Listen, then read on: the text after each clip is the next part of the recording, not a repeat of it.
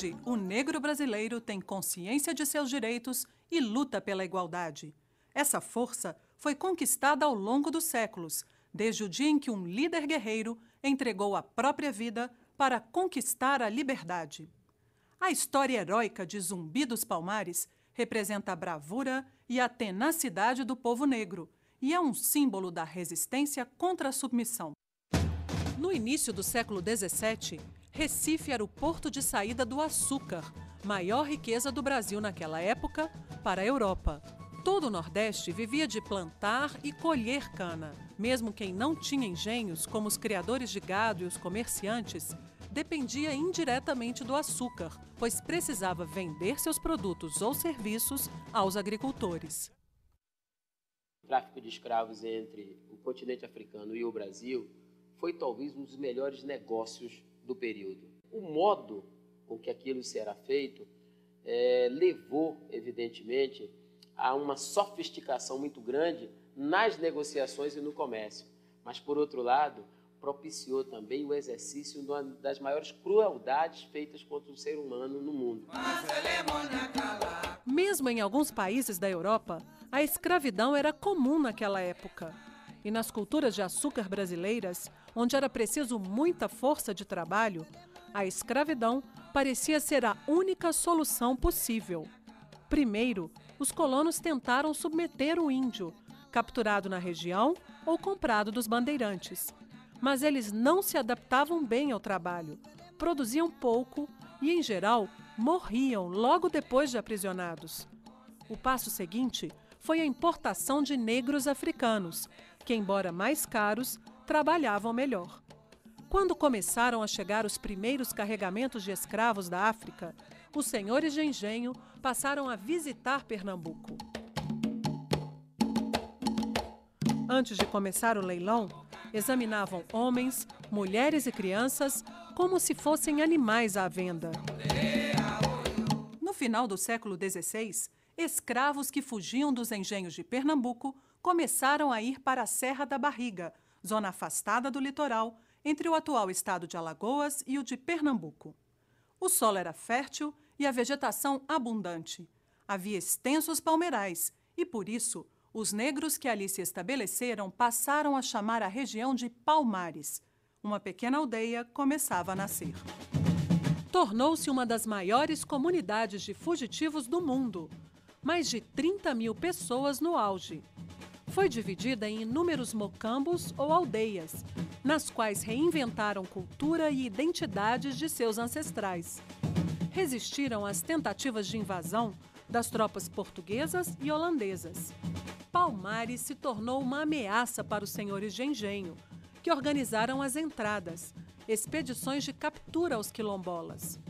Os quilombos também se espalharam por Sergipe, Espírito Santo e Rio de Janeiro. No século XVIII, surgiram outros nas capitanias de Goiás, Mato Grosso e, principalmente, Minas Gerais. Gangazumba foi aquele que deu a conformação mais largo alcance no plano da política para o chamado Quilombo dos Palmares.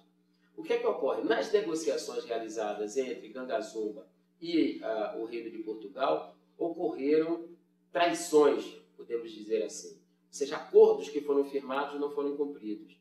E isso começou a desgastar a liderança de Gangazumba perante os quilombolas. Zumbi surgia como grande guerreiro. Seu nome e sua coragem começavam a virar lenda. Vários governadores de Pernambuco tentavam acabar com Palmares, dentre eles Pedro de Almeida. Para ele, mais do que a extinção do quilombo, interessava a submissão dos negros ao governo. Chegou a propor um tratado de paz, que oferecia, em troca da lealdade à coroa, o reconhecimento da autonomia de seus habitantes.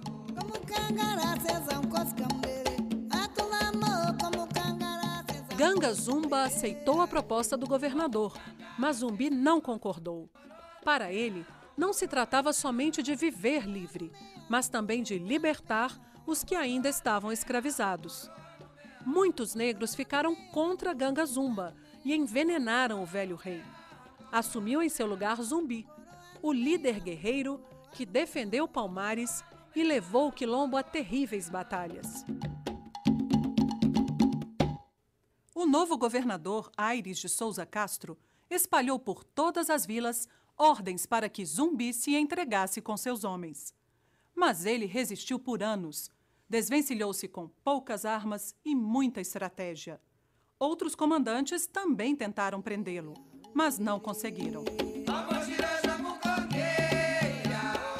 O bandeirante Domingos Jorge Velho comandou a última batalha, que aconteceu na madrugada de 6 de fevereiro de 1694.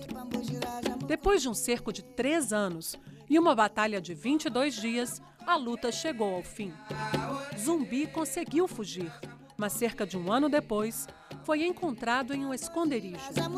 O grande guerreiro resistiu até a morte. Por mais que a notícia se espalhasse, os escravos não acreditaram e cantaram pela sua ressurreição.